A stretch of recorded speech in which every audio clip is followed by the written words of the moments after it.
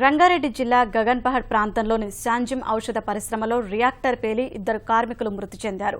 మరొకరు తీవ్రంగా గాయపడ్డారు. పేలుడు ధాటికి పరిశ్రమ భవనం కుప్పకూలింది.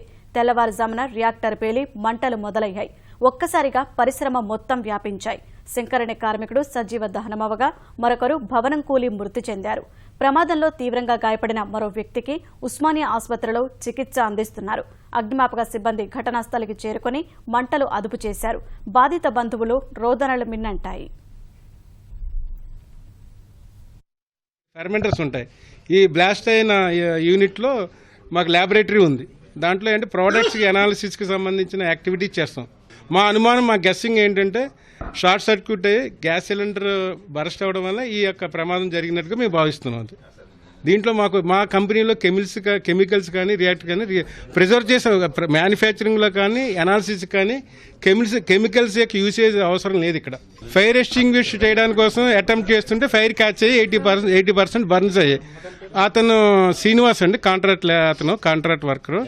శంకర్ ఏంటంటే కంపెనీ ఎంప్లాయీ, అతను రెగ్యులర్ ఎంప్లాయీ. అతను యాక్చువల్గా బయటికి ప్రొడక్షన్ డిపార్ట్మెంట్ బయట ఏం జరుగుతుందో చూడడానికి వచ్చేటప్పుడు అతను బయటికి రావడం, ఈ బ్యారెస్ట్ అయిన స్టోన్స్ శకలాల మీద పడడం ఒకేసారి జరిగింది.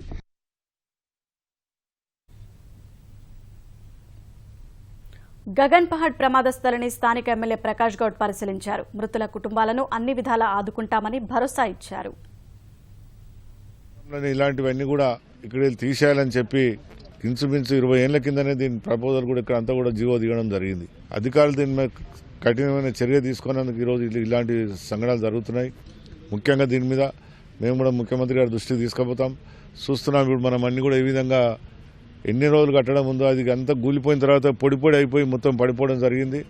ఇంకా కూడా పొగలు వెళ్తున్నాయి. ముఖ్యంగా వీళ్లకు పాపం మా బీద వాళ్ళు వాళ్ళ ఇంట్లోనే పనిచేసేటట్టుగా వాళ్ళ భార్యకు పిల్లలను కూడా చదివిస్తట్టుగా వాళ్ళకు ఒక్కొక్కటికి దగ్గర 10-15 లక్షల రూపాయలు కూడా ఇవ్వాలని చెప్పి మేము డిమాండ్ చేస్తున్నాం.